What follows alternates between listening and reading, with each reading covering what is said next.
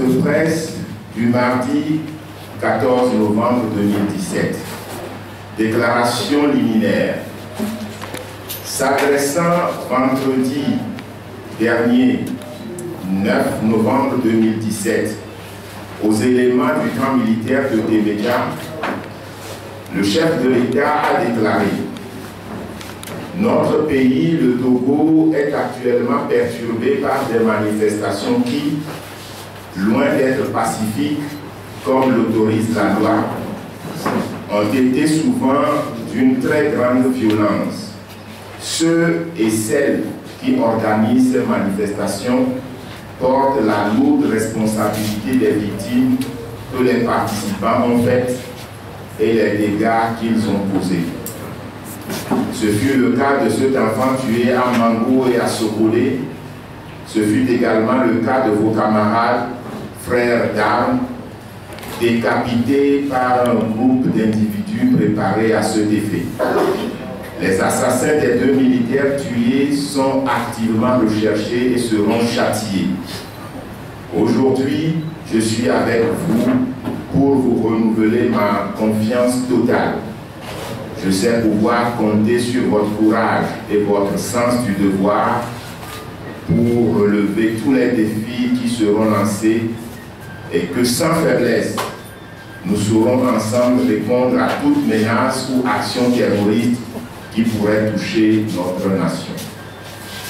La coalition des forces démocratiques tient à dénoncer avec force le caractère irresponsable et belliqueux et antipatriotique de cette déclaration qui vient révéler au grand jour le plan machiavélique d'épuration politique et de destruction de la nation que des rumeurs persistantes commençaient déjà à attribuer au chef de l'État et à son clan.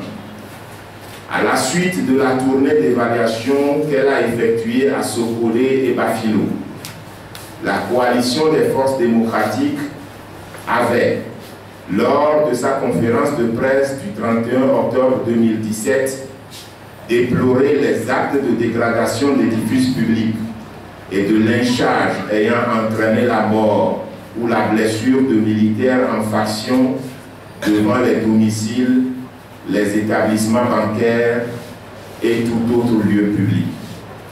Après la déclaration de Témédia, on comprend mieux pourquoi les appels incessants de la coalition à la mise sur pied d'une commission d'enquête indépendante pour faire la lumière sur les graves événements qui se produisent dans notre pays depuis 3 mois n'ont trouvé aucun écho favorable auprès des autorités, de fait, qui ont pris le Togo en otage depuis plus de 50 ans. En effet, à la suite de la déclaration de guerre faite par Faure Gnassingbé au camp de Témédia, la dramatique situation née des répressions barbares des manifestations des forces démocratiques togolaises qui se déroulent dans notre pays depuis le 19 août 2017 a atteint une dimension particulièrement inquiétante qui nous oblige, par devoir patriotique, à rétablir la vérité et à attirer l'attention des Togolais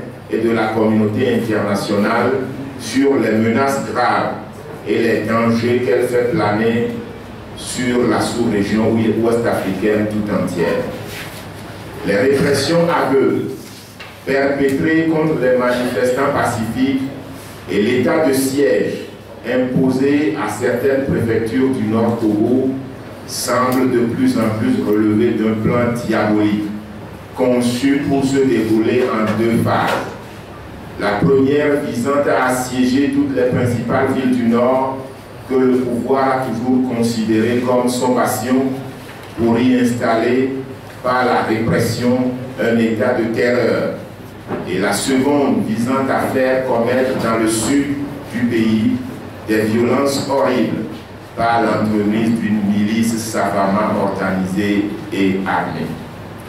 L'exécution de la première phase a commencé à Kara, chef-lieu de la préfecture d'origine du chef de l'État, où tout rassemblement de l'opposition a été systématiquement étouffé dans l'œuvre par un groupe organisé du parti RPT uni au pouvoir, bénéficiant de la bienveillance des forces de l'ordre, souvent dépêchées sur les lieux.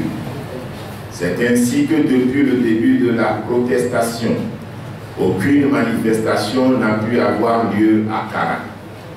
Le pouvoir a ensuite jeté son dévolu sur Mango, où le 7 septembre dernier, des manifestants de l'opposition se sont heurtés à une contre-manifestation organisée par le pouvoir, alors que le ministre de l'administration territoriale a déclaré que la seule manifestation organisée par le pouvoir devait se dérouler à Lomé. On devait comprendre plus tard que la manœuvre était destinée à faire dégénérer les manifestations et en profiter pour déverser les forces paracommando à Mango en vue de mettre à exécution une répression sanglante entraînant des morts, des blessés et des départs massifs en exil. Ce fut enfin le tour des villes de Bafilo et de Sokolé de vivre les foudres de la répression. Le comble a été atteint lors de l'enlèvement brutal de l'imam Hassan de Sokolé dans la nuit du 16 au 17 octobre 2017, où toute la ville a été volontairement plongée dans l'obscurité à la suite d'une coupure de courant. En l'espace de quelques heures, la population de Sokolé a été la cible de tirs à balles réelles et de bastonnades. Plusieurs bâtiments publics, boutiques et étalages de commerçants ont été pillés, saccagés, puis brûlés, non seulement à Sokolé, mais aussi dans plusieurs quartiers à majorité thème et musulmane des villes de Bafilo, Tchamba, Palimé et même dans la capitale Lomé où le siège du BNP a été brûlé. Comment les manifestants auraient pu opérer de tels forfaits en quelques heures, d'autant plus qu'ils ne disposaient d'aucune capacité à ordonner ou à effectuer eux-mêmes la coupure de l'électricité sur un réseau relevant intégralement de l'autorité gouvernementale. Tout cela ressemble trop à un plan militaire monté par le pouvoir pour réprimer et mettre sous coupe pour régler les populations des villes de Sokolé, Bafilo et autres. Dans le même temps, la deuxième phase visant le sud du pays a été mise à exécution. Les 18 et 19 octobre, le gouvernement interdit de manière illégale les manifestations prévues dans la capitale. Il s'est révélé par la suite que cette interdiction révèle d'un plan machiavélique orchestré par le pouvoir pour déverser des hommes cagoulés, munis de coupe-coupe, de machettes, d'armes de guerre et même de pistolets équipés de silencieux qui sont des armes de crime pour semer l'horreur dans la capitale.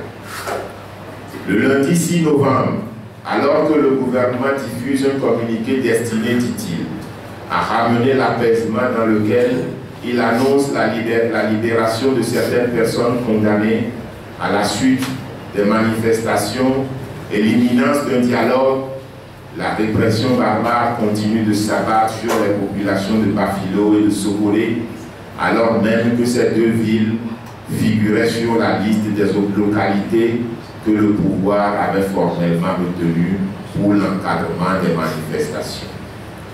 Sous les feux des condamnations venant de toutes parts et de la détermination des populations, le gouvernement devait annoncer plus tard qu'il a levé l'interdiction de manifester sur toute l'étendue du territoire national. Mais à notre grande surprise, les manifestations ont été sauvagement réprimées le 7 novembre à Sokolé et à Bafilo. Pour justifier cette répression, le gouvernement annonce que les manifestations sont interdites à Mango, Sokolé et Bafilo, prétextant que des armes sont en circulation. La même interdiction nous a été opposée pour les manifestations de la semaine en cours.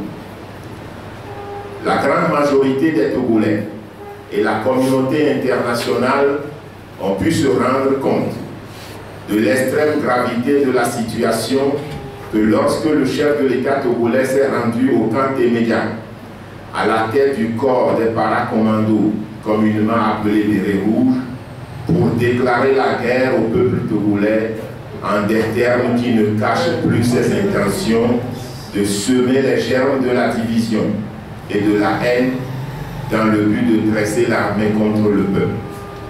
Cela a commencé de la même manière dans les pays qui ont vécu les atrocités du génocide. C'était le même cas au Soudan il y a une décennie. Une situation quasi similaire a conduit dernièrement aux événements de la Centrafrique que la communauté internationale essaye de juguler jusqu'à ce jour. C'est de cette même manière que le même phénomène s'est présenté au Rwanda en 1994 pour conduire au génocide le plus inhumain et le plus macabre que l'Afrique ait connu. Voilà pourquoi la coalition des 14 partis politiques de l'opposition voudrait attirer l'attention de la communauté internationale sur le drame qui se prépare au Togo. La coalition sollicite l'appui du secrétaire général des Nations Unies, du Conseil de paix de l'Union africaine, de la Commission de la CEDEAO et du groupe des 5 grandes chancelleries occidentales présentes dans notre pays, les États-Unis d'Amérique, la coordination du système des Nations Unies, les ambassades de l'UE, de la France et de l'Allemagne, au fin de mettre en place une commission d'enquête internationale sur les crimes qui se produisent au Togo depuis plusieurs mois. La lutte populaire est invincible, faite à Lomé le 14 novembre 2017. On signait pour CAP 2015 Brigitte Adjamago Johnson, pour le groupe des 6, Nicodème Abia, pour le CAR, Jean Kissi, pour le PMP, Urotiba Tipi, pour Santé du Peuple, Georges Kouessan. Je vous remercie pour votre attention.